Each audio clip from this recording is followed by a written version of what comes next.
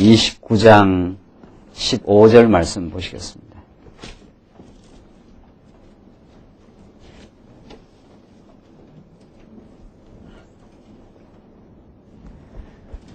우리 하나님 말씀 역대상 29장 15절 말씀입니다. 이제 찾으신 줄 알고 봉독 드리겠습니다. 주 앞에서는 우리가 우리 열조와 다름이 없이 나그네와 우고한 자라. 세상에 있는 날이 그림자 같아서 머무름이 없나이다. 우리 하나님 여호와여, 우리가 주의 거룩한 이름을 위하여 전을 건축하려고 미리 건축한 이 모든 물건이 다 주의 손에서 왔사오니 다 주의 것이니이다. 나의 하나님이여, 주께서 마음을 감찰하시고 정직을 기뻐하시는 줄 내가 아나이다.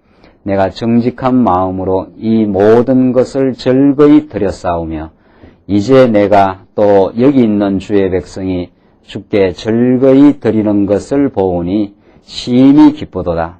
우리 열조 아브라함과 이삭과 이스라엘의 하나님 여호와여, 주께서 이것을 주의 백성의 심중에 영원히 두어 생각하게 하시고 그 마음을 예비하여 주께로 돌아오게 하옵시며 또 내 아들 솔로몬에게 정성된 마음을 주사 주의 계명과 법도와 율례를 지켜 이 모든 일을 행하게 하시고 내가 위하여 예비한 것으로 전을 건축하게 하옵소서.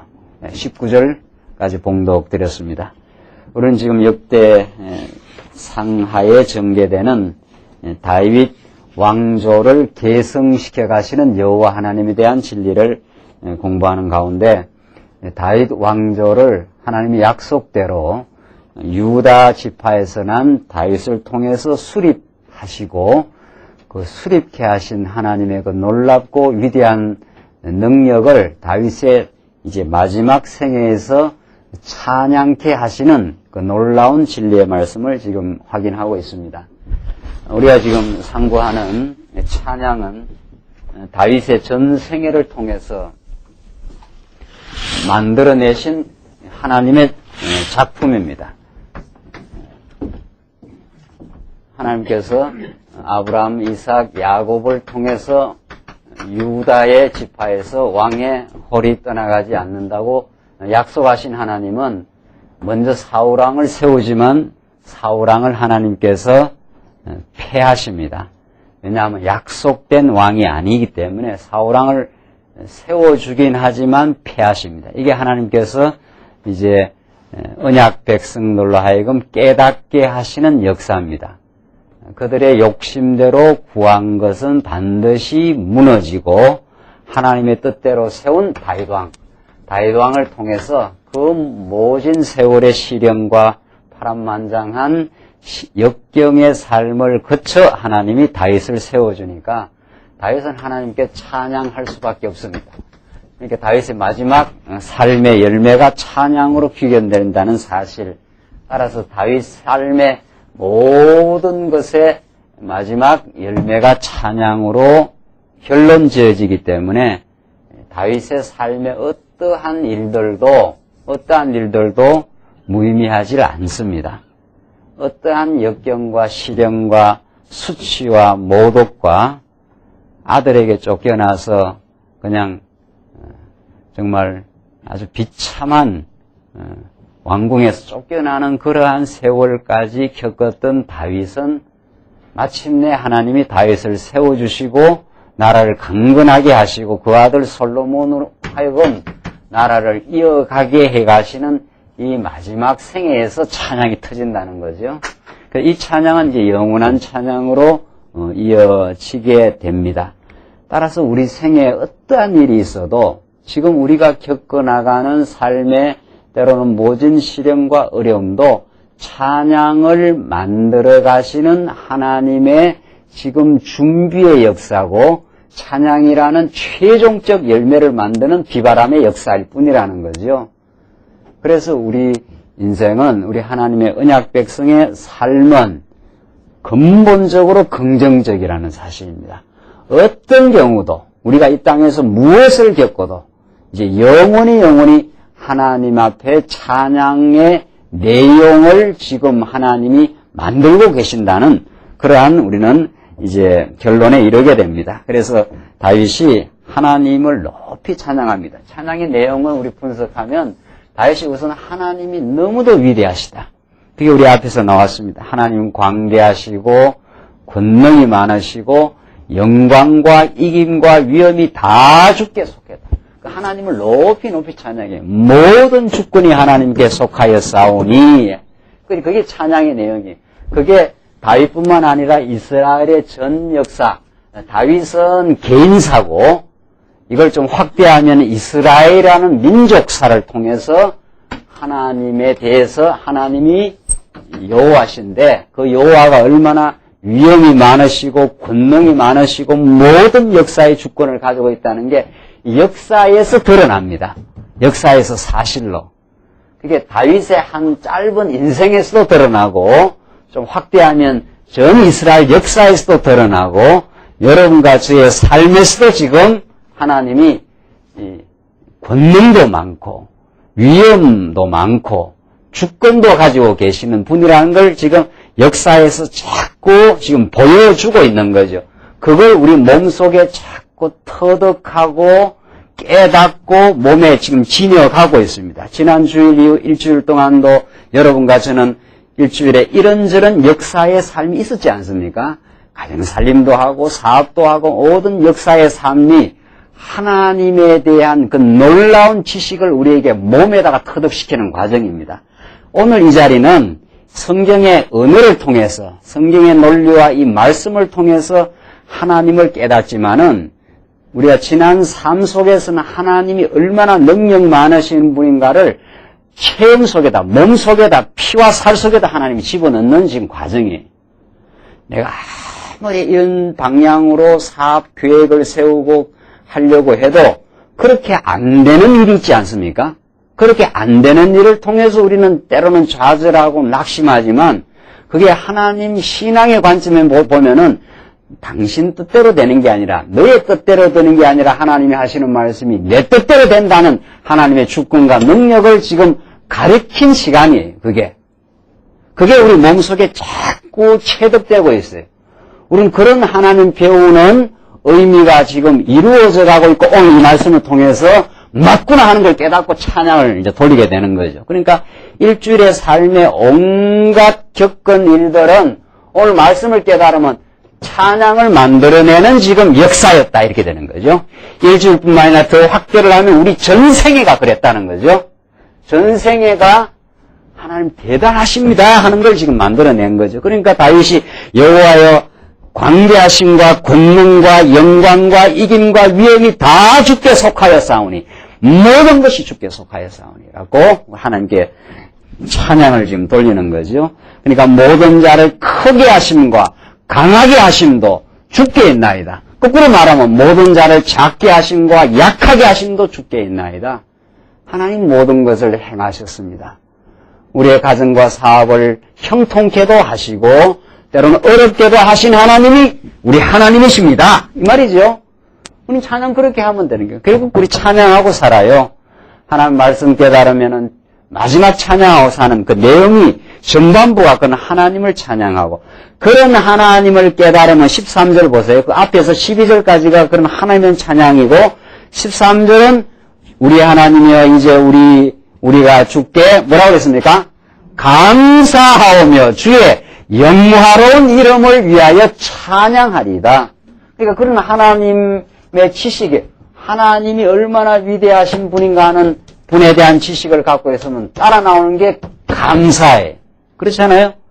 야, 하나님 참 내가 얼마나 범죄하고 어리석게 살았는데 다윗이 그걸 생생하게 기억하고 있잖아요. 그러니까 하나님께 우리를 범죄하는 가운데 집어넣으신 것은 이제 찬양을 만들어내는 밑거름이라는 거 아니에요? 내 행위로 봐서는 이런 위대하고 놀라운 다윗 왕국을 세울 수가 없다는 거죠. 다윗 왕국은 장차 오실 메시아를 통해 이루어지는 오늘 하나님의 나라인 교회인데 여러분과 제가 지금 앉아있는 이 자리가 내가 그래도 믿음이 좋아서 내가 이 말씀을 잘 깨달아서 그래도 내가 주일날 오늘 내 발걸음으로 와서 찬양하고 감사한다. 그런 사람은 진정한 찬양과 감사가 없을 거 아니에요. 다 자기가 한 거니까. 자기가 똑똑해서 말씀 잘 깨닫고 자기가 믿음이 있으니까. 그러니까 자기 찬양을 해야지 하나님 찬양할 게 있나요? 그러니까 하나님께서 다윗을 하여금 만신창이 되게 해요. 이루 말할 수 없이 밧세바하고 범죄하고 그 남편 우리아를 아주 계획적으로 아주 몰아가가지고 의도적인 살인을 하게 되는 그 피를 뿌리는 그런데 가담을 하나님께서 하도록 하나님께 허락해버려요. 그런데 다윗이 그런 형편없는 죄악된 존재인데 하나님이 언약대로 다윗을 붙들어줘서 다윗의 등불이 꺼지지 않도록 하나님께서 다윗을 우뚝 세워주니까 그러니까 감사가 나오지 않겠느냐 말이죠. 그러니까 하나님 바로 알면 감사하고 살아요. 어떤 것도 이유가 안 돼요. 감사하지 않으면 뭐가 아직 정리가 안 됐어요. 하나님에 대한 올바른 지식과 내가 어떤 존재라는 게 아직 정리가 안 돼서 그런 거예요. 다른 어떤 이유도 없는 거예요. 그러니까 어떤 이유도 환경이 이러니까 감사하겠느냐, 내가 이러니까 감사하겠는가, 저 사람이 내가 이렇게 나를 힘들게 하는데 감사가 있겠느냐, 이건 전부 변명이고 하나님 앞에 할 말은 없는 거예요. 그건 내가 믿음이 부족하니까 아직 해석을 못한다 이렇게 해야지.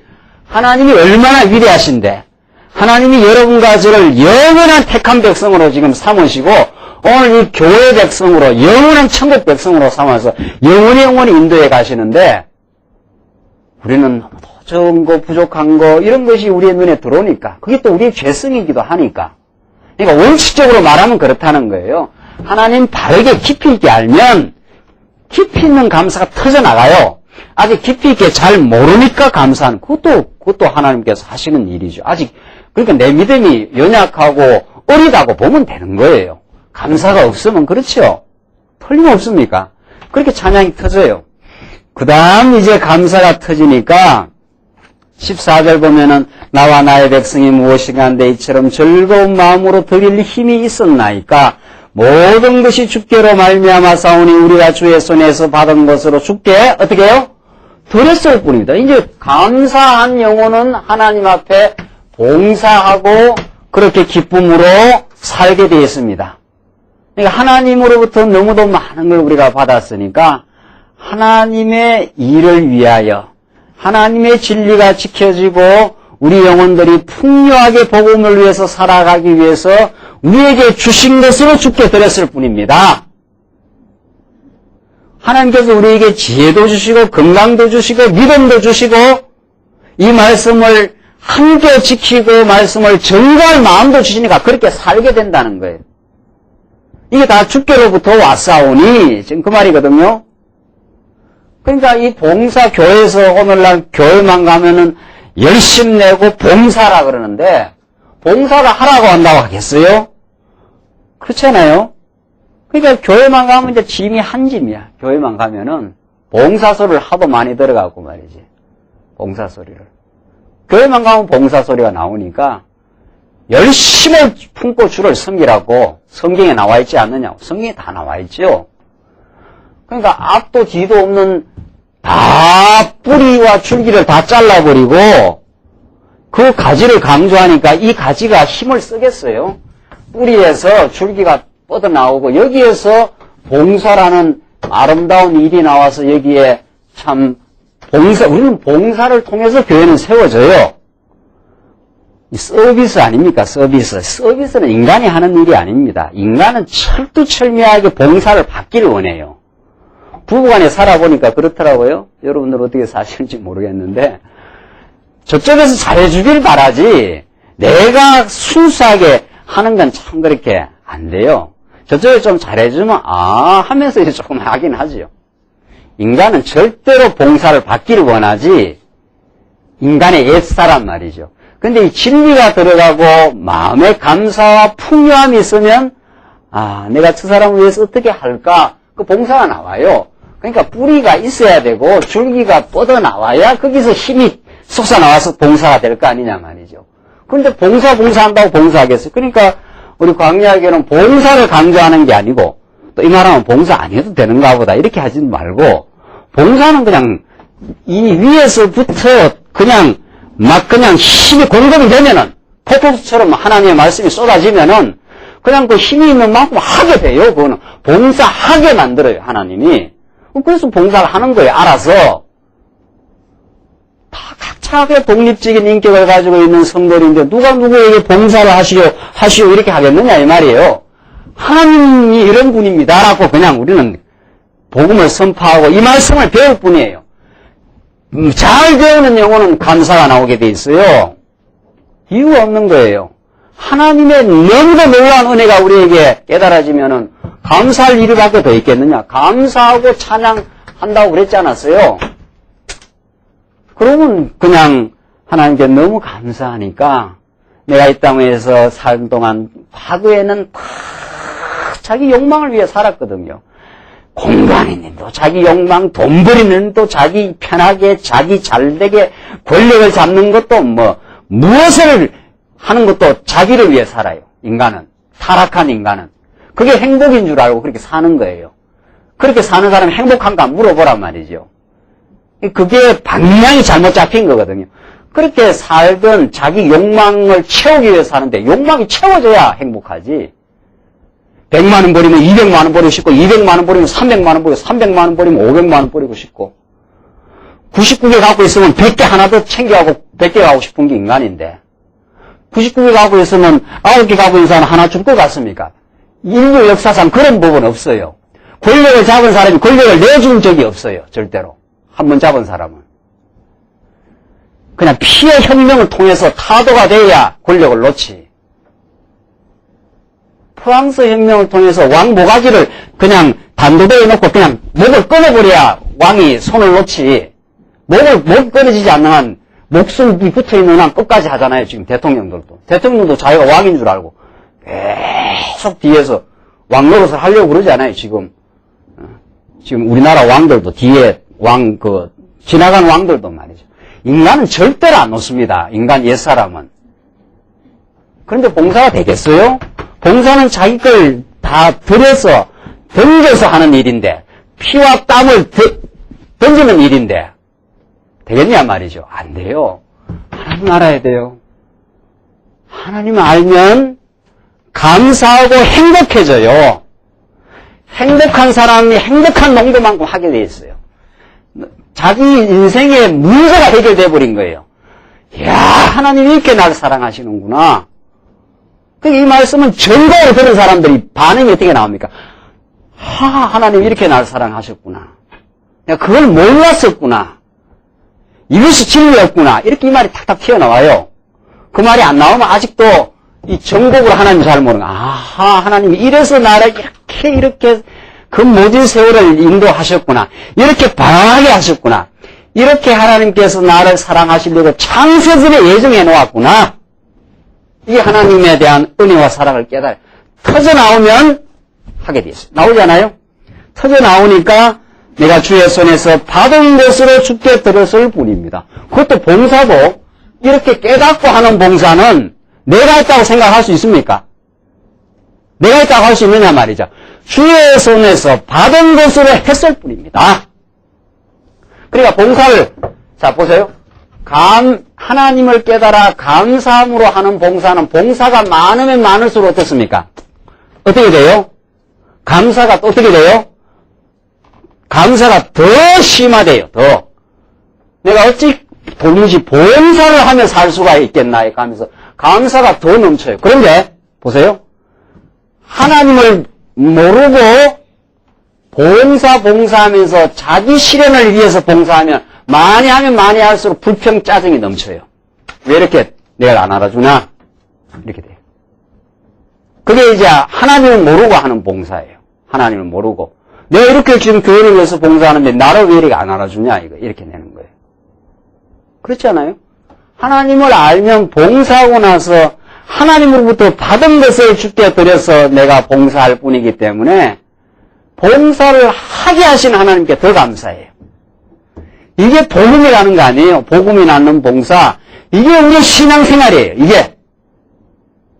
이 정도로 우리가 가기를 원하는 거죠. 하나님의 이 말씀을 깨닫게 해서 이 땅의 욕망을 위해서 살던 허탄한 우리의 삶이 이제 변혁을 일으켜서 감사하는 인생으로 바뀌게 하시고, 이제 하나님께서 주신 우리의 지혜와 건강과 재물감 내 하는 모든 일들이 하나님을 배우게 할 뿐 아니라 내게 여력이 있다면, 힘이 있다면 열심히 돈 벌여서 자녀도 잘 교육시키고 가정도 잘 건사를 해야 되겠죠. 그게 또 기본이에요. 우리 신앙생활. 교회 중심으로만 오라는 게 아니에요. 잘 가정도 건사하고 애들도 밥도 잘 먹이고 건강하게 키우기도 하고, 그래서 그 힘과 여력을 받아가지고 마음이 감사하지, 자녀들 잘 건강하게 가정 잘 돌보면서 그 힘으로 여력이 있으면 이제 교회가 뻗어나는 거예요. 우리 광야의 교회 신앙 지도는 말씀 잘 배우시고 가정생활 돌아가서 잘 하시라는 거예요. 가정생활을 단단하게 가서 왜든지 행복하게 자녀들 잘 건사하고, 그런 힘이 이제 우러나와요. 그런 힘이 우러나와서 교회로 뻗어나가야 돼요. 그게 이제 정상적인 거예요. 그게. 그러나 말이죠. 오늘날 교회는 말이죠. 가정이 뭐 됐든 간에 개인적인 역량이 어땠든 간에 교회만 나와서 열심히 내라는 거예요. 교회만 나와서. 그게 이제 병든 교회 생활을 지도하는 거지요. 그래 되면. 그거 아니에요. 그래서 자연스럽게 우리 신앙이 말씀 깨달으면 가정의 변화가 생겨나기 시작하고 그 힘이 쭉 꾸준하게 우러납니다. 그때 우러나오는 봉사는 꾸준하게 나와요. 이거는 누가 말리겠어요, 이 봉사를. 그래서 15절 보시면은 주 앞에서는 우리 열조와 다름이 없이 나그네와 우우한 자라. 세상에 있는 날이 그림자 같아서 머무름이 없나이다. 이 멋진 기독교 철학이 나오잖아요. 자, 이 다윗의 찬양 속에 다윗이 자기 삶을 돌이켜보니까, 하나님이 영원히 나를 사랑하시고 참 감사하고, 이제 하나님께 주신 모든 것으로 하나님의 거룩한 성전을 짓는 일에 들이면서 가만히 다윗 생각하니까, 인생이라는 게 무엇인가가 딱 이제 결론이 떨어져 버려요. 여러분들, 이 결론에 우리가 이뤄야 우리가 사는 인생의 그 핵심을 잡고 살아요. 뭐라고 그러니까, 다윗이? 우리 열조와 다름이 없이 나그네와 우구하는 자라. 이 나그네 철학이 나오잖아요. 인생은 나그네 길을 하는데, 그건 하나님도 모르고 하는 소리고, 이건 진짜 하나님은 알고, 우리 인생이 이 땅 위에 잠시 던져져서 나그네처럼 우구하는 인생으로 잠시 딱 가는구나. 다윗이 그걸 깨달았어요. 그 잠시 나그네 같은 인생 속에서 영원한 하나님의 뜻을 깨달았어요. 자, 다윗이 여기 잠깐 왔다가요. 그런데 다윗은 어마어마한 세계관을 가지고 있어요. 이게 태초로부터 종말이 이르는 이 무궁한 역사, 이 역사도 무궁해요. 얼마나 긴지도 몰라요, 우리가. 그 세월을 알 길이 없어요. 여러분들, 우주의 끝이 얼마쯤 되는가 지금 아십니까? 천문학자들이 소설을 써요. 얼마나 큰지 몰라요.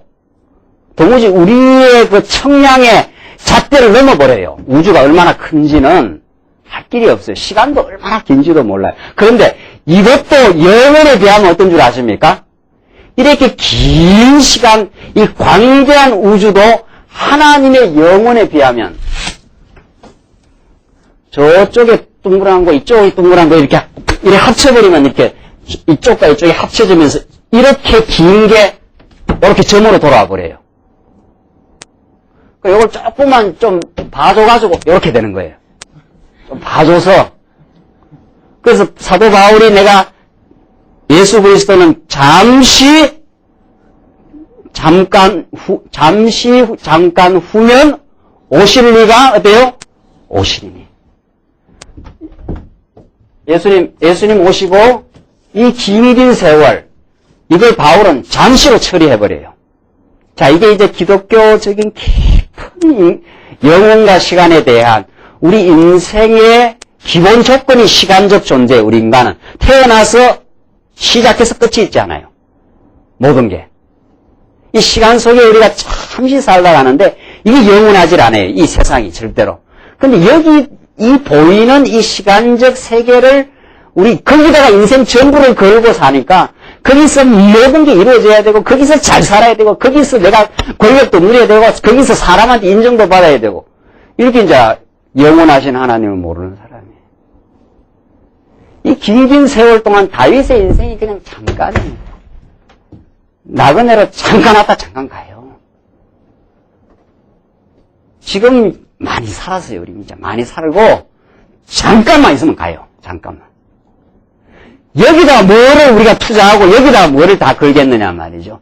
이 잠시 새는 세월 속에, 우리 하나님이 얼마나 우리를 사랑하시고, 역사의 주관자가 되셔서, 이 시대에, 다윗은 이 시대에 났지만, 우리는 예수님 오신 이후에 이 시대에 잠깐 와서, 잠깐 왔다 가요.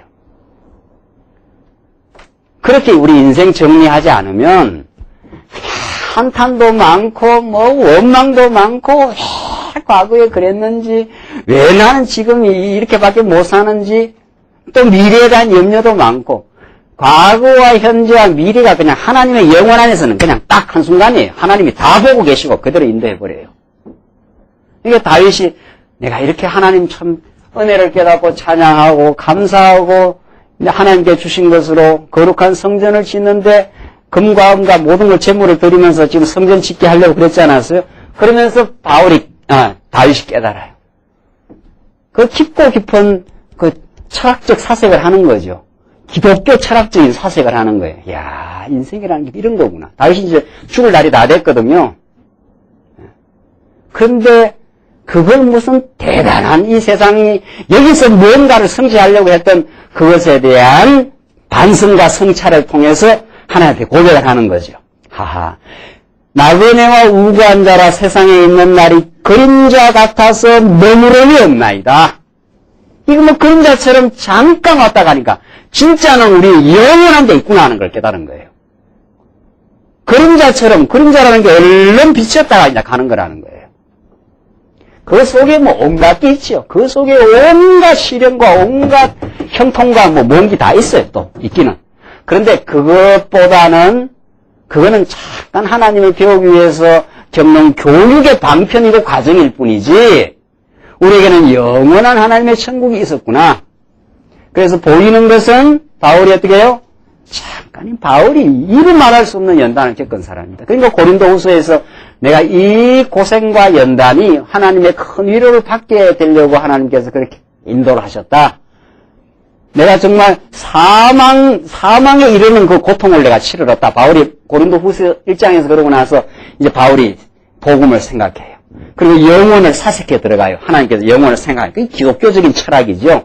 그냥 세속적인 철학이 아니고 세속 철학은 사색을 하는 일인데 우리 인생을 돌아보는 일인데 하나님을 모르는 철학은 자기가 중심이 돼서 사색을 하는 거고 이제 바울도 그렇고 다윗도 그렇고 인생을 살아보니까 하하 이게 보이는 게 이게 진짜인 줄 알았는데 이거는 그림자처럼 잠깐 지나가는 거구나. 그림자의 실체가 진짜 있구나. 이걸 깨달았어요. 그래서 영원한 삶이 있었구나. 다시 그걸 깨달았으니까 자기의 모든 과거의 인생에 겪었던 모든 일들이 결국은 영원을 사모하게 하시려고 하나님께서 하셨구나. 그렇게 영원한 실체입니다. 이것만이 실체예요. 그 영원 안에서 잠시 겪은 거예요. 그러니까. 그래서 우리는 기독교는 영생의 종교예요. 영원한 종교예요. 그렇잖아요? 어떤 종교가 이런 영생을 말하는 종교가 있느냐 이 말이죠. 영원한 삶을. 불교가 그래요. 유교가 그래요. 마음에시 그렇습니까? 그거는 영생이 없어요. 이 땅에서 인간이 이렇게 해야 행복 얻고 이렇게 해야 의로운 삶이고 이런 도덕적인 이야기만 있는 거죠. 그것도 다 엉터리.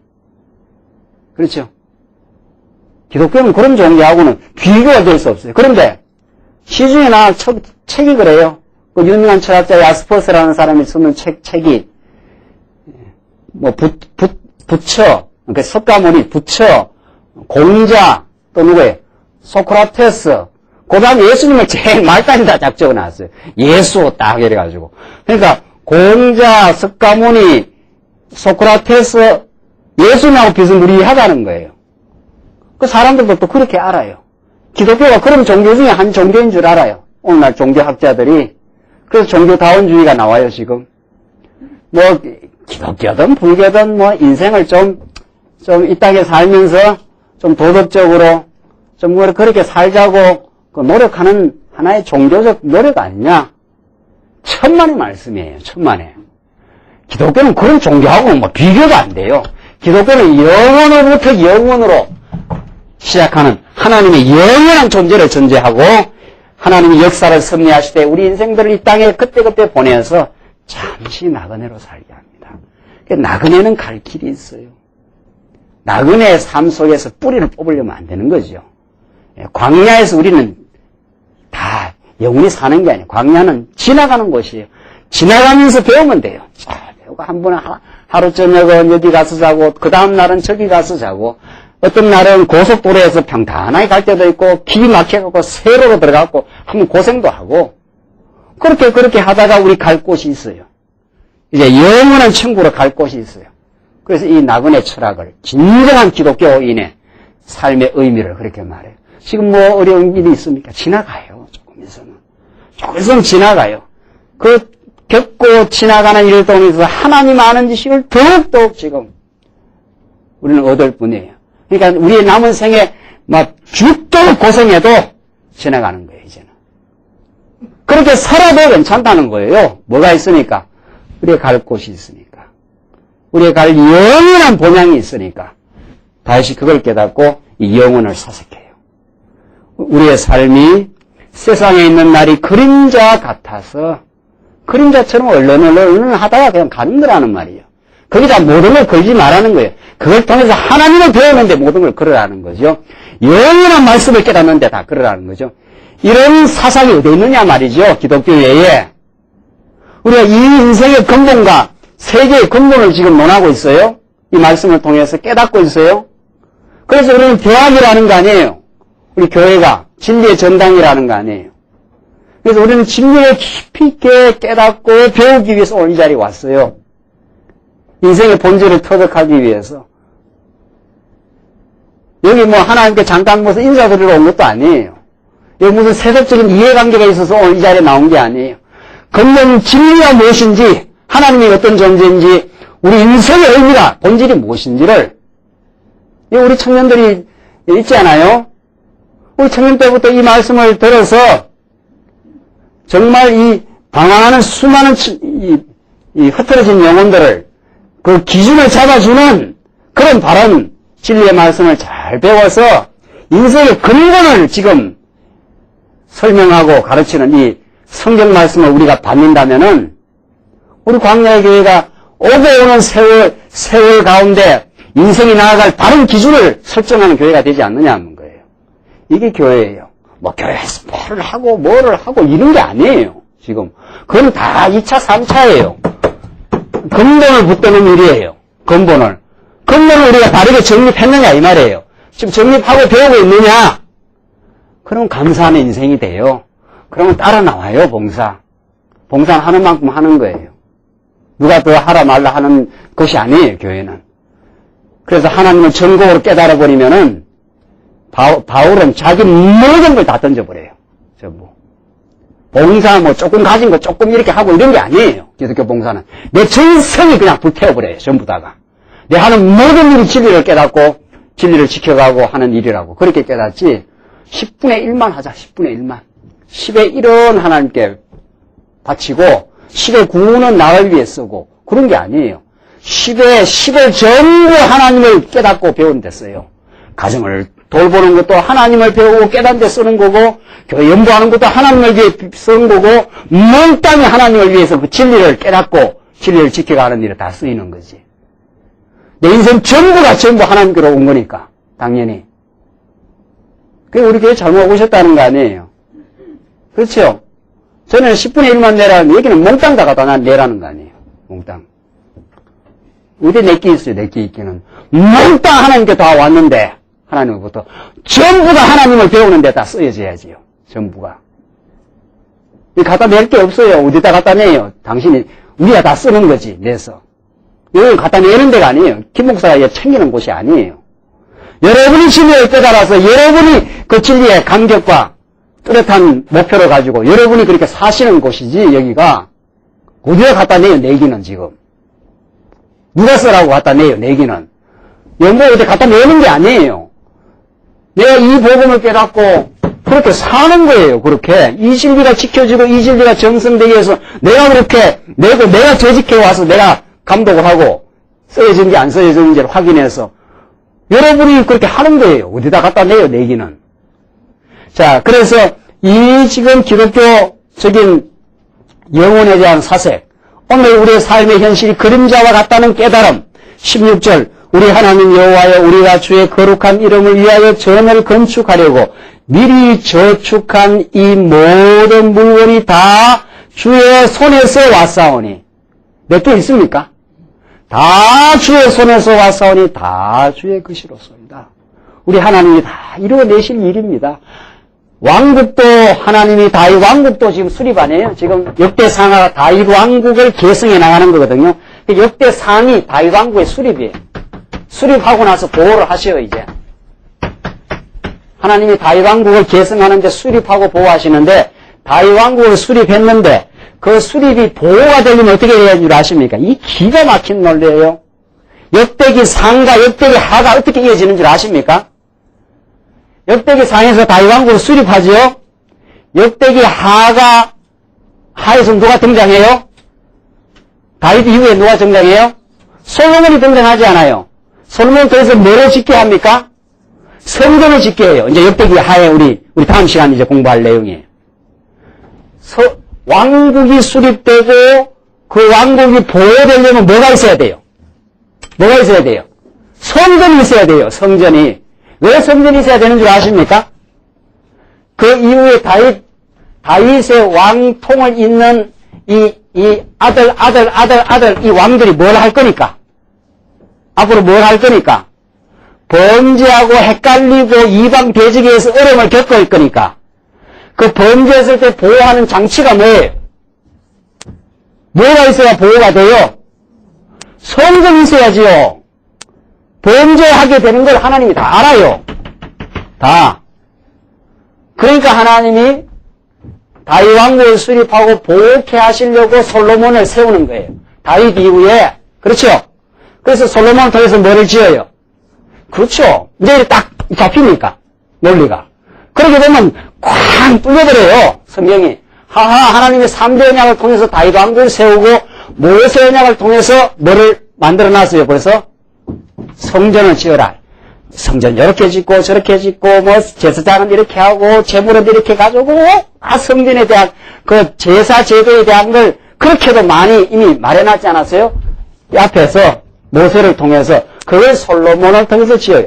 그래서 성경 이렇게 간단해요. 복잡한 내용 하나도 없어요.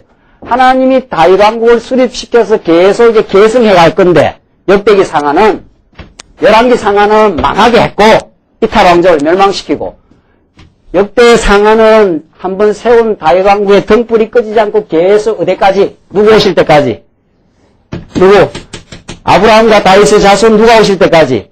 예수 그리스도 올 때까지 계승을 하는데 계승을 할 근거가 있어야 될 거 아니에요. 근본적인 거는 하나님의 3대 언약이고 여기서 계속 범죄하고 하나님을 떠나서 산당제사를 드릴 거거든요. 앞으로 산당제사 드리고 형편없이 돼요. 그때 보호하려면 뭐가 있어야 돼요? 성전이 있어야 되잖아요. 그럼 역대기 상하가 그냥 다 이해돼서 역대기 상하에 막 복잡하고 구질구질한 이야기 다 잊어버려도 돼요. 뭐 왕 다음에 누가 나타나고 뭐 희석이야 뭐 문하세 이런 거 다 못 외우겠어요. 뭐 왕이 나타나서 범죄했다 이 소리 이제 앞으로 계속 나와요. 역대 상하에 가면 이제 역대기 하에 가면은 그러나 뭐가 있어요? 성전이 있어요. 누구를 통해서 이미 준비시켜 놨어요. 다윗 이후 누구? 솔로몬을 통해서. 그러니까 하나님이 역대기 상하에서 다윗 왕조를 계승시키는 역사인데 똑같이 범죄했는데 열왕기 상하는 그들의 행위대로 멸망시켜버리고 이쪽도 행위대로 하면은 멸망을 시켜야 되는데 하나님 멸망 안 시켜요. 여러분과 저를 끝까지 지켜요. 어떻게? 한 번 수립한 나라를 뭐를 통해서? 성전을 통해서. 그래서 솔로몬이 이제 나타나요. 솔로몬 나타나는 거 한번 보십시오. 그러게 역대기 상하 그냥 확 다 뚫려버려요. 하나님 언약대로 나라를 세울 뿐 아니라 언약대로, 모세 언약대로 성전을 지켜줘서, 짓게 해서 나라를 지켜주신다. 그 말이에요. 그런 하나님 여호와시다. 그럼 성경 끝났죠? 뭐 더 딴 걸 배울 게 있겠어요? 그러나 하나님을 배우면 끝나요. 성경이 이렇게 간단하고 쉽고 깊이가 있는데 이 성경을 질이 꼬아가지고 다 막 뜯어내가지고 막 다 분열시켜가지고 이게 오늘날 성경 읽기예요. 이게 오늘날 신학교의 현장이에요. 제가 가서 눈으로 목도 하고 확인한 현장이에요. 자, 총실에 가서도 3년 확인을 했고 뉴질랜드 신학교에 가서도 제가 확인했고 이렇게 가르치질 않아요. 이거 한 덩어리로 가르쳐서 하나님을 언약하시고 나라를 이루어주실 뿐 아니라 그 나라의 백성들이 범죄하고 범죄할 걸 이미 다 알아요. 그러니까 하나님이 모세를 통해서 성전을 딱 약속을 해놨어요. 그러니까 솔로몬을 통해서 성전을 지어줘요. 그러니까 범죄했을 때마다 성전에 와서 제사만 드리면 너희들 망하지 않는다. 그래서 진짜 안 망해요. 이렇게 해서 구약이 창세기로부터 아브라함 언약으로부터 모세 언약으로부터 끝까지 장차 오실 메시아까지 그냥 이어져요. 이 역대기 상하예요. 역대기 상하 더 알거나 모를 거나 할 게 있습니까? 이게 다 정리됐습니까? 이러면 신학 박사학위 논문이 막 수백 개 나온다는 거 아니에요? 그렇게 우리 광야교회, 우리 말씀 운동이, 우리 광야교회 그렇게 지금 놀라운 진리를 우리가 터득하고 있어요. 이 진리가 지금 이 세상에 수백 신학교, 수천의 신학교가 지금 세계에 지금 있는데 그걸 안 가르치잖아요. 못 가르치잖아요. 뭐 그 사람들이 나빠서 그런 게 아니에요. 우리 그 사람들은 뭐 나쁘다 할 게 없어요. 그 사람들이 모르니까. 전부 성경을 그냥 삼지사방으로 다 찢어버려가지고. 그런데 이게 보통 일입니까, 이게? 우리 이렇게 진리를 깨닫고, 이 진리에 의해서 우리가 하나님을 너무도 명백하게 지금 깨달아가고 있고, 배워가고 있는 이게 보통 일이냐 말이죠. 이게 우리 인생을 걸만하지 않느냐는 거예요. 정말 이건 정말 우리가 어떤 삶을, 무엇을 살아 해도 이 하나님을 우리가 배우고, 이 하나님의 배운 진리를 우리가 함께 마음을 모으고, 이건 너무나 분명해요. 뭐, 그냥 우리 삶이 고달플 때가 많죠. 여러 가지 복잡한 일도 많죠. 그 모든 걸 정리해버리고 하나로 귀결시키는 건 이 말씀밖에 없어요. 나중에 이제 우리 역대기서 하나 가봅시다. 복잡한 일 많이 나옵니다. 왕들도 많이 나오고, 여기 정치적인 암투도 나오고, 반전도 나오고, 막 계속해서 복잡해요. 그 모든 것이 하나로 귀결돼요. 하나님의 뜻을 실현해 나가는 일로. 다윗이 그걸 깨달았어요. 다윗이 그걸 깨닫고 다 주의 손에서 왔사오니 다 주의 것입니다. 17절 나의 하나님이여 주께서 마음을 감찰하시고 정직을 기뻐하는 줄을 내가 아나이다. 내가 정직한 마음으로, 이때 정직한 마음은 뭐 도덕적으로 내가 의롭다 이런 뜻이 아니에요. 하나님이 보시는 대로, 하나님이 내게 허락하신 그대로 내가 하나님의 것으로부터 왔다고 하나님을 인정하는 마음이 정직해. 그게 고든 거예요. 그렇죠? 삐뚤어진 거는 모든 게 하나님으로부터 왔는데 그게 아니다라고 생각한 건 내가 했다라고 생각한다든가 내가 내 삶의 주인이라고 생각하면 그게 거짓이에요. 그러니까 이 정직도 하나님 중심적 개념입니다. 내가 정직한 마음으로 이 모든 것을 즐거이 드렸사오며 이제 내가 또 여기 있는 주의 백성이 주께 즐거이 드리는 것을 보니 심히 기쁘도다. 그래요. 우리 신앙생활이 하나님을 깨달아 감사하고 즐거이 하나님 앞에 봉사하고 교회를 즐거이 봉사할 때 우리 그걸 보는 성도도 얼마나 즐겁겠느냐는 거예요. 그저 불평하고 원망하면은 부모 마음이 아프죠. 아이고 전 자식 저거 먹이고 입히고 하는데도 저 사춘기를 못 지나가지고 아직 성숙을 못한 거예요. 성숙을 못하면은 뭘 잘해줘도 툴툴툴툴툴. 컴퓨터 사달라 해서 컴퓨터 사니까 또 컴퓨터가 또 뭐 용량이 또 없다나. 이걸 어떻게 귀 박아야 되는 건지. 그냥 어떻게 해서 그 없는 돈에다 어떻게 해주면은 감사다 이렇게 나와야 될 거 아니에요? 하루 조금 반짝해요.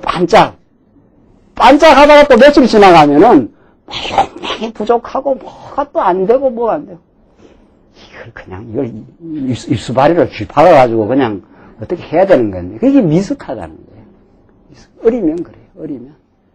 많이 자라서 철이 들어야, 우리 신앙에 철이 들면, 부모님 생각만 해도 너무 많이 해주셨으니까. 내가 여기까지 오는 날 동안 피와 땀을 다 쏟아서 키워주셨으니까. 그게 철이 드는 거거든요. 우리 하나님과 똑같아요.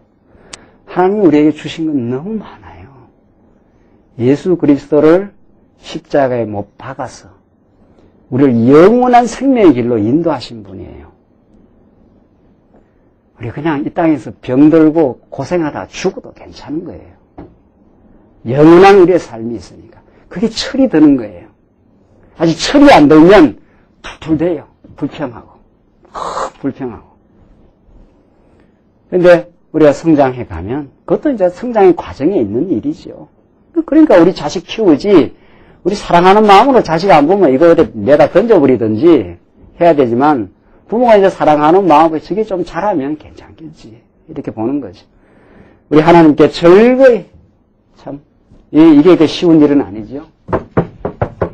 하나님 잘 깨달아서 많은 삶의 경험을 거쳐서 우리 하나님을 깊이 알면 감사하고 즐거이 우리 하게 되면 그걸 보는 사람도 참 기쁘고 참 너무도 마음이 뿌듯한 거지요. 우리 교회 오늘도 우리 주일학교 이제 체제 정비가 돼가지고 아이들 뭐 안 오는 아이들도 오고 선생님들도 오늘 일찍이 나오셔서 교사 기도회도 하고 그 제가 옆에 이렇게 보면서 야 우리 하나님께서 우리 선생님들 새롭게 심기일전 해가지고 아이들하고 저렇게 돈이 나옵니까? 뭐가 나옵니까?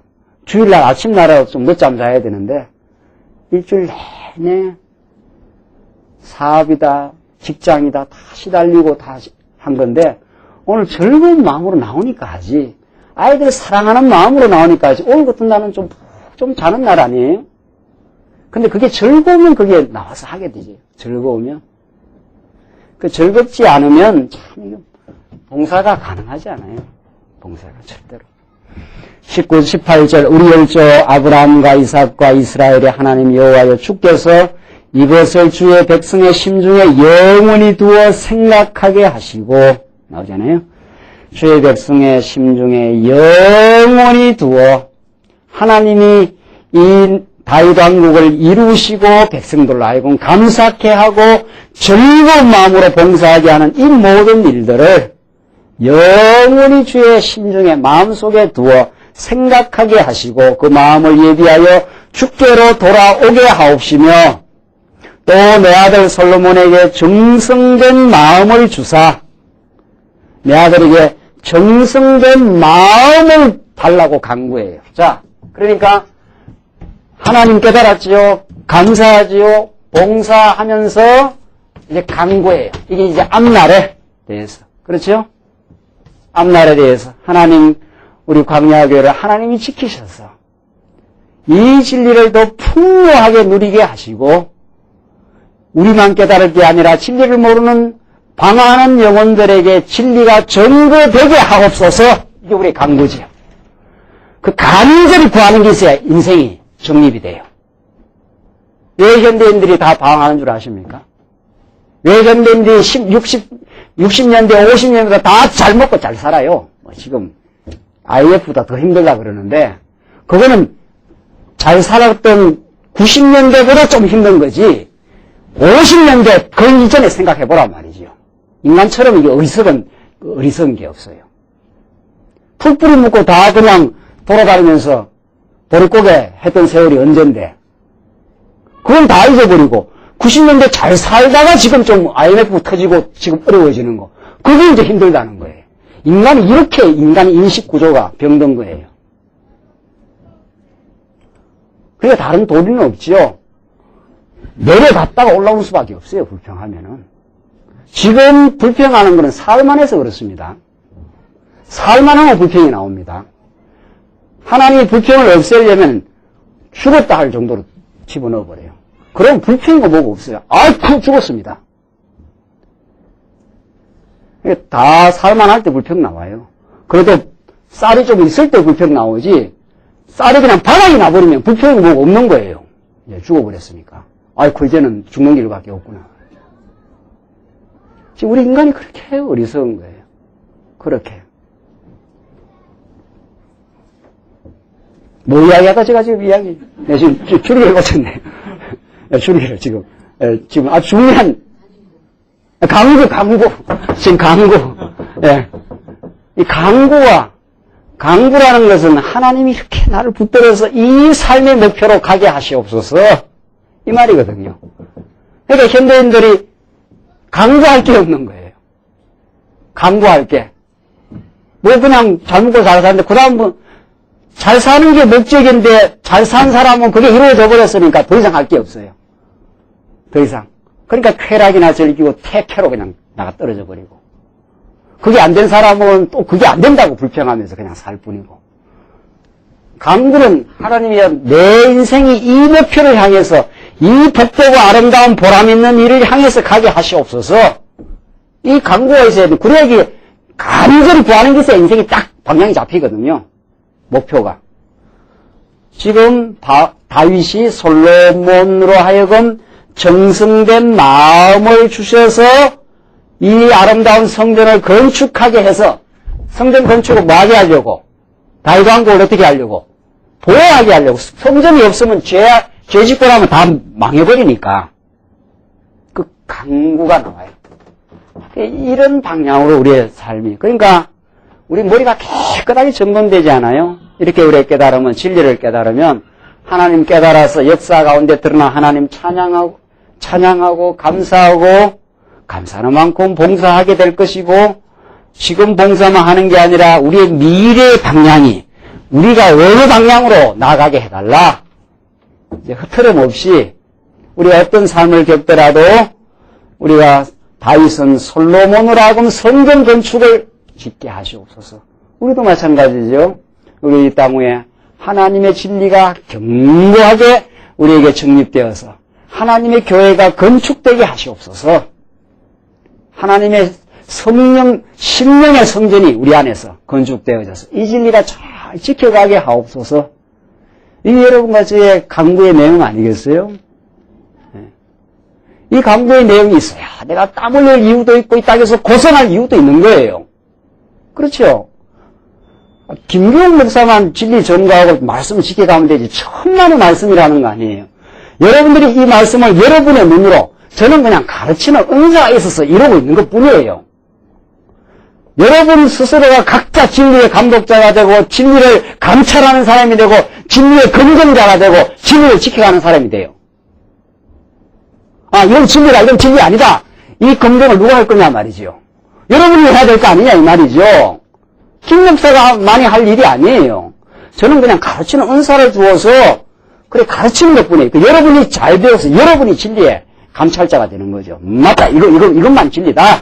다른 비진리가 들어오면 아니라고 끊어버려야 되죠. 그걸 여러분들이 하시는 일이에요. 그게 당회가 하는 일이고 더 나아가면 우리 교회 학교가 하는 일이고 그런 거예요. 여러분들 교회 학교 그게 뭐 소홀한 것 같습니까? 어린 아이들한테 이것이 진리라고 가르쳐 주는 거예요. 다른 것은 아니라고 지금 분별해 주는 거고, 그게 우리의 강구 내용 아니냐 말이죠. 그 강구가 우리가 있을 때라야 우리의 가정생활과 우리의 사업과 우리의 고난과 우리의 때때로 주어지는 여유가 다 의미가 있는 겁니다. 이 강구 없는 인생, 불쌍한 인생인 거예요. 현대인들의 강구가 없잖아요. 서구 사회에 가보니까 그 사람들은 다 먹고 살 만큼 사회보장제도가 되어 있으니까 이제 변동 인간이 되는 거예요. 다. 뭐 또 추가할 게 있나요? 간절히 구할 게 있나요? 뭐. 육신적으로 다 이루어져 버렸는데. 실업하면 실업수당 나와, 나이 들면 나이 먹었다고 수당 나와, 애 새끼 놓으면 애 새끼 낳았다고 수당 나와, 뭐. 그 애도 막 한 서너씩 넣더라고, 보니까 막. 넣는 대로 또 수당이 나오니까. 그러니까 천국 비슷한 데 왔다. 그러잖아요? 천만의 말씀이. 그 천국이라고 보면 그 뒤에 지옥이 들어있어요. 인간의 허무, 자살률이 세계 1위로 올라가고 말이죠. 허무한 거예요. 뭐 구할 게 있나요? 구할 게 있나요? 눈은 동태군, 왜 말이 거치게 나와? 동태눈처럼 그 해변가에서 뒹굴, 내가 지금 눈에 선해요. 배가 이렇게 불러갖고 말이죠. 선어 여자가 뒹굴하는데 그게 뭐처럼 보이는 거 아십니까? 그 사람들은, 마오리들은 원주민도 수당이 나와요. 뒹굴 구불러요. 이렇게 배를 이렇게. 배가 산뜻 나는 배가 뒹굴. 인간의 비참함이에요, 그게. 병든 인간의 군상. 뭐 구할 거 있나요? 뭐 다 이루어졌었는데 이 땅에서. 우리 뉴질랜드 온 청년이 웃네요. 그런 거 많거든요. 해변가에 가면 뒹굴. 우리는 너무도 행복한 사람이에요. 이 진리를 지금 깨닫고 우리에게 간절히 구할 게 생겼어요. 20절. 다윗이 온 회중에 이르되 20절로 22절 온 이제 회중이 이제 하나님께 감사합니다. 다윗이 온 회중에 이르되 너희는 너희 하나님 여호와를 송축하라 하며 회중이 그 열조의 하나님 여호와를 송축하고 머리를 숙여 여호와와 왕에게 절하고 이튿날 여호와께 제사를 드리고 또 번제를 드리니 수송아지가 1천이요 수양이 1천이요 어린 양이 1천이요 또 그 전제라 온 이스라엘을 위하여 풍성한 제물을 드리고 이날에 무리가 크게 기뻐하여 여호와 앞에서 먹으며 마셨더라. 이게 참 즐거운 말이죠. 이제 하나님께 감사하고 먹고 마시고 즐거워하는 우리가 오늘 이 시대에 진리의 말씀을 먹고 우리 오늘 교회 성도들과 교제하고 서로 위로하고 우리가 먹고 마시며 즐거워하는 이게 교회의 삶이에요. 성화된 교회의 삶이에요. 무리가 다윗의 아들 솔로몬으로 다시 왕을 삼아 기름을 부어 여호와께 돌려 주권자가 되게 하고 사독에게도 기름을 부어 제사장이 되게 하니라. 솔로몬 왕이 되게 하고 사독에게는 제사장이 돼요. 다윗이 그 후대의 체제 전개를 착착 해나가는 거죠.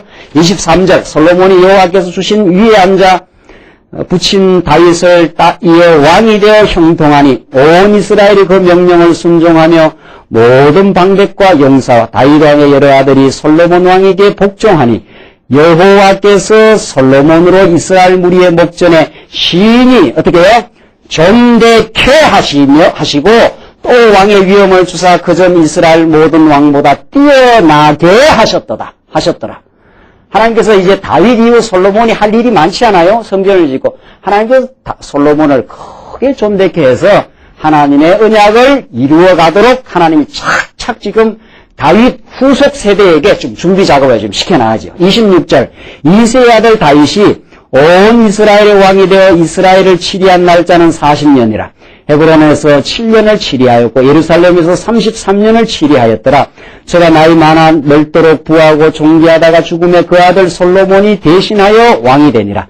다윗 왕의 시종 행적이 선견자 사무엘의 글과 선지자 나단의 글과 선견자 갓의 글에 다 기록되고 또 저의 왕 된 일과 그 권세와 저와 이스라엘과 온 세상 열국에 지난 시사가 다 기록되니라. 이렇게 다윗 왕을 섭리하신 하나님의 역사가 다윗 왕에게서 이제 종지부 찍고 이제 그 다음 세대 솔로몬으로 지금 계승해 가시는 그 계승의 역사를 착착 하나님이 준비하고 체제를 가다듬게 하셔요. 이건 오늘 이 시대에 너무도 중요하고 아름다운 일이에요.